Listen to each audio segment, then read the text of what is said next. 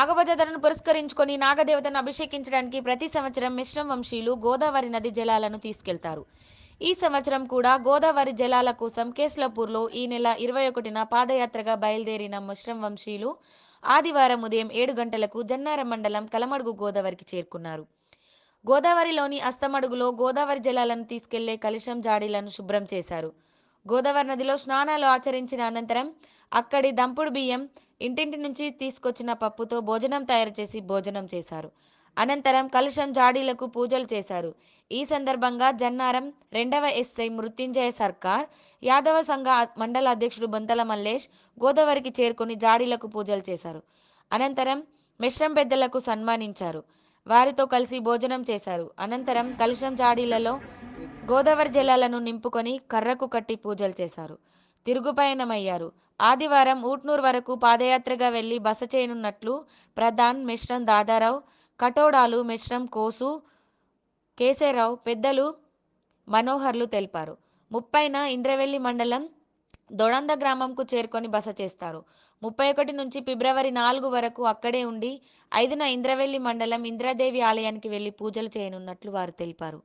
గంగా జల సేకరణకు మిశ్రం వంశీయులు కొత్వాల్ తిరుపతి కుమార్, మిశ్రం పెద్దలు మిశ్రం సోనేరావు, దేవరావు, బొజ్జు, జన్నారంకు చెందిన మిశ్రం రాజుకుమార్ ఉన్నారు.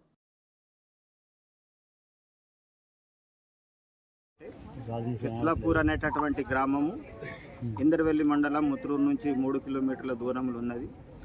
ఇది గోండి ధర్మం యొక్క, గోండి సంస్కృతి యొక్క సాంప్రదాయానికి, ఆచార వ్యవహారాలకు దాన్ని పరిరక్షించేటటువంటి కేంద్రంగా విరజిల్లుతున్నది.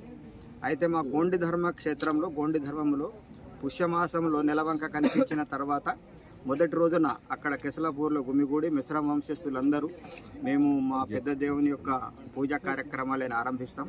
ఆ రోజు అక్కడ కాళ్ళు మొక్కిన తర్వాత 2వ రోజు కటోడా మరియు పర్దాన్లో మా పేన్పాట్లలో ఎవరైతే వెంకట్రావు ఉన్నారో వారి ఆధ్వర్యంలో ఈ దేవుని గురించి ప్రచారం చేయడానికి 7 ఊర్లకు పోవడం అనేటటువంటి జరుగుతున్నది.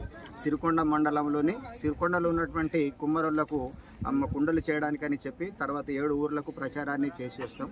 తదనంతరం మళ్ళీ కేస్లాపూర్లో 7 రోజుల తర్వాత గుమిగూడి ఈ గంగా జలాన్ని అంటే గోదావరి నీటిని తీసుకురావడానికి రూట్ మ్యాప్ని వేయడం అనేటటువంటిది జరుగుతున్నది. ఈ నెల 13వ తేదీన అంటే సంక్రాంతి కన్నా ఒకరోజు ముందు ఎలా వెళ్ళాలి, ఎలా రావాలి అనేటువంటి ప్రణాళికను రూపొందించుకొని ఇవాళ 28వ తేదీన ఇక్కడ గోదావరి హస్తన్మడుగు, కలమడుగులో ఉన్నటువంటి హస్తన్మడుగు దగ్గర వచ్చి నీటి జలాలను తీసుకోవడం అనేటువంటి జరిగింది. మా పూర్వీకుల నుంచి వచ్చినటువంటి ఆచారం కనుక దీన్ని తూచా తప్పకుండా ఇప్పటికీ కూడా అధునాతమైనటువంటి సాంకేతిక పరిజ్ఞానం ఉండి సాంకేతికమైనటువంటి రవాణా సౌకర్యాలు ఉన్న కానీ పాత పద్ధతిని ఆచరిస్తూ మా మిశ్రమ వంశస్థులు అందరూ ఆ జారిని పట్టుకొని వచ్చేటప్పుడు ఏ ఊర్లు కూడా లోపలికి వెళ్లకుండా చెప్పులు ధరించకుండా తెల్ల ధవల వస్త్రాలతోటి ప్రయాణం చేసి ఎవరైతే మా చుట్టాలు బంధువులు ఉన్నారో వాళ్ళు సమకూర్చినటువంటి ఆహార పదార్థాలను స్వీకరించుకుంటూ ఈ మార్గ మధ్యం నుంచి అడగకుండా రావడం అనేటువంటి జరుగుతుంది. ఇక్కడ ఇవాళ గోదావరి అస్తన్మడుగు దగ్గర నీటిని తీసుకున్నారు పూజ కోసం గోదావరి జలాలను.